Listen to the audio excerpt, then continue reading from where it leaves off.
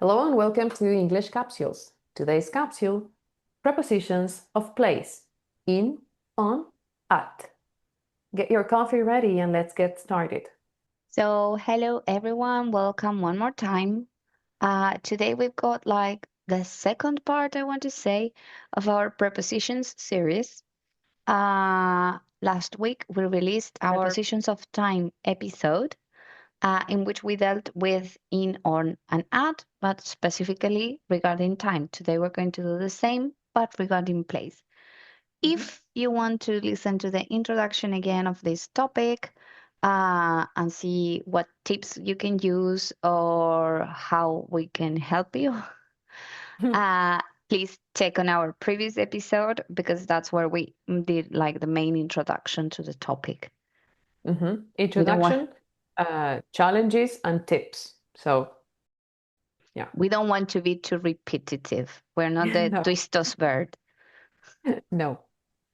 So, we are going to get directly into the topic. Like Birgit said, we're going to deal only with three, which are the most common in, on, at, related to place particularly. So I'm going to start with in. So there are two main uses for this one. One is to speak about enclosed spaces. This is countries, cities, rooms, buildings, or containers. For example, we can say in Argentina, in Buenos Aires, in my room, in the box. The second one is to speak about areas or neighborhoods. For instance, in the park, in the kitchen, in the city center. I was thinking I was doing a mental contrast. I'm sorry.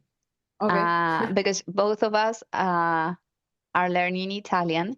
And I was thinking how different it is because when you are like learning prepositions in Italian, it depends on the size The of the size. population, the preposition that you're going to use. So, people, when you complain about English, think about it No. twice. Oh my goodness. I always, when I am learning and I find it a way, I don't know, a bit difficult. I am dealing with something difficult that I cannot find the logic behind it or the reason or that nothing helps. I always say, oh, English is so easy because, well, if you don't know what I'm talking about, try learning Italian and then you check Italian or French or Portuguese, whatever. So my regards to my teacher of Italian, by the way. We're not criticizing other languages. We are No, we're comparing. not. And it's nice when you're learning another language because you always get this opportunity to Mhm, compare and to see that, well, in the end, this is not so bad. mhm, Okay, so let's go back to our topic. That is, now we're going to talk about on. So we use on when we are talking about surfaces, like I left a book on the table, mhm. or there's a painting on the wall. We also talk, Sorry, I have to say something. yeah, Sorry to interrupt. This is a very common mistake because we say en la pared. Hay un cuadro en la pared. And if you say this in English, the picture is going to be inside the wall, right?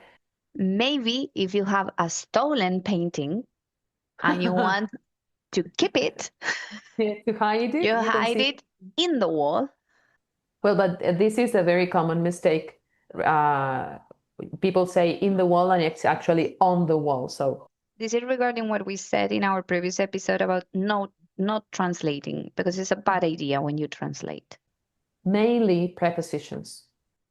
Yeah.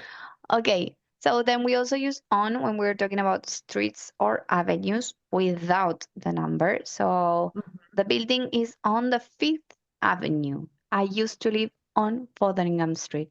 Okay, we also use it, we use on when we are referring to technology or the media. Like I saw it on TV, I heard the news on the radio. So the next one on our list is at. So we use at to refer to specific points or exact places. For example, at the door, at the bus stop, at the corner. not in, at the corner. Then we have addresses, and here comes a contrast with something we said previously, because when we were speaking about on, we said streets and avenues without the number. And here we have complete addresses with the number. So, for instance, at 25 King Street. Okay, remember to say first the number and then the name of the street and to use at. Okay. And the last item is events or places of activity. For instance, at school, at work, at a party. Like in our episode of Prepositions of Time, there are also some expressions that require no preposition. Okay? So this is when we're talking about home, downtown, upstairs, outside. Mainly related with verbs that imply movement or position, like go home, go upstairs. So one more time, if you have any questions because there's some doubt or a frequent mistake and you would like to discuss it with us, just drop a comment in any of our channels, or you can also visit our Instagram account, The English Capsules, and there you will not only find more information, but you can also send us a message and we can solve your doubts. Okay, so before we go, remember to subscribe if you haven't done it yet, give love to our content, and spread the word to help our channel grow.